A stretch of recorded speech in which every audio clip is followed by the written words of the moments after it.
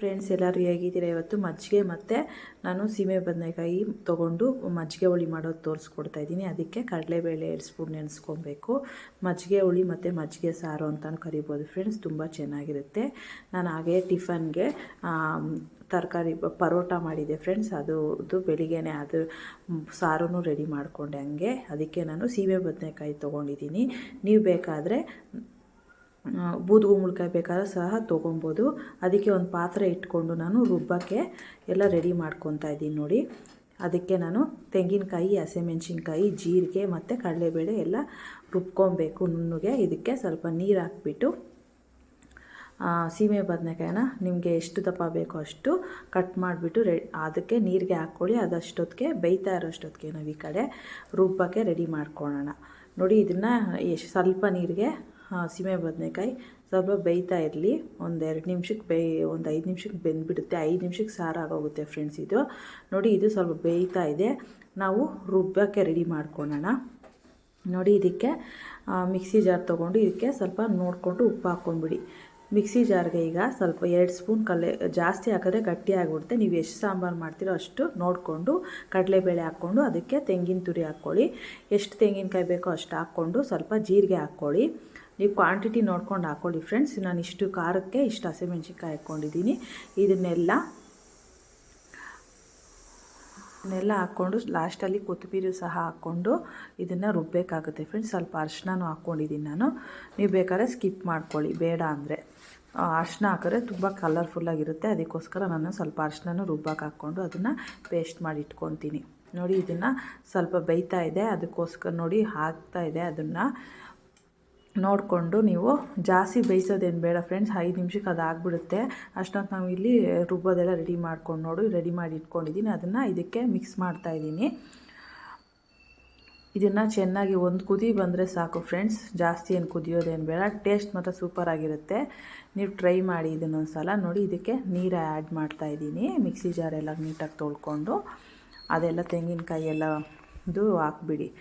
Mixie ಜಾರು ಮತ್ತು ಮುಚ್ಚಳದಲ್ಲಿರೋದೆಲ್ಲ ಹಾಕ್ಬಿಡಿ ಫ್ರೆಂಡ್ಸ್. ನೆಕ್ಸ್ಟ್ ನೋಡಿ, ಇದನ್ನು ಚೆನ್ನಾಗಿ ಕೈ ಆಡಿಸ್ತಾ ಇರಬೇಕು. ಇದು ಕೈ ಆಡಿಸಿಲ್ಲ ಅಂತಂದರೆ ಒಡೆಯೋ ಥರ ಆಗಿಬಿಡುತ್ತೆ. ಅದಕ್ಕೆ ನೀವು ಈ ಥರ ಮೊಸರು ಹಾಕಿದ್ಮೇಲೆ ಚೆನ್ನಾಗಿ ಈ ಥರ ಮಿಕ್ಸ್ ಮಾಡ್ತಾನೆ ಇರಬೇಕು ನೋಡಿ. ಮಿಕ್ಸಿ ಜಾರ್ಗೆ ನೀವು ಮೊಸರನ್ನ ಹಾಕ್ಕೊಂಡ್ಬಿಟ್ಟು ಇಲ್ಲಾಂದರೆ ಮೊಸರು ಕಡಿಯೋದಿರುತ್ತಲ್ಲ ಫ್ರೆಂಡ್, ನನ್ನ ಹತ್ರ ಇಲ್ಲ. ಅದಕ್ಕೆ ನಾನು ಮಿಕ್ಸಿ ಜಾರಲ್ಲಿ ರುಬ್ಬಿಟ್ಟು ಚೆನ್ನಾಗಿ ಫೈನ್ ಪೇಸ್ಟ್ ಮಾಡಿಬಿಟ್ಟು ಈ ಥರ ನೋಡಿ ಚೆನ್ನಾಗಿ ಆಗುತ್ತೆ. ಈ ಥರ ಹಾಕಬೇಕು.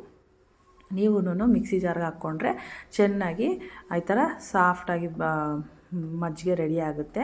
ನೀವು ಗಟ್ಟಿಯಾಗಿ ಬೇಕಾದ್ರೂ ಮಾಡ್ಕೊಬೋದು, ಸ್ವಲ್ಪ ತಿಳಿಯಾಗಿ ಬೇಕಾದರೂ ಮಾಡ್ಕೊಬೋದು. ನಿಮ್ಮದು ಕನ್ಸಿಸ್ಟೆನ್ಸಿ ನೋಡ್ಕೊಂಡು ಮಾಡ್ಕೊಳ್ಳಿ. ಸ್ವಲ್ಪ ನೀರು ಆ್ಯಡ್ ಮಾಡ್ತಾಯಿದ್ದೀನಿ ನಾನು.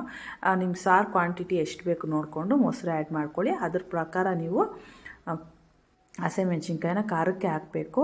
ಹಸಿಮೆಣ್ಸಿನ್ಕಾಯಿ ಹಾಕ್ಕೊಂಡ್ರೆ ಟೇಸ್ಟ್ ಚೆನ್ನಾಗಿರುತ್ತೆ. ಮತ್ತು ಒಗ್ಗರಣೆಗೆ ನಾವು ಬೇಕಾದರೆ ಖಾರ ಸಾಲಿಲ್ಲ ಅಂತಂದರೆ ಒಣಗಿದ ಮೆಣ್ಸಿನ್ಕಾಯಿ ಹಾಕ್ಕೊಂಡು ಮಾಡ್ಬೋದು ಫ್ರೆಂಡ್ಸ್.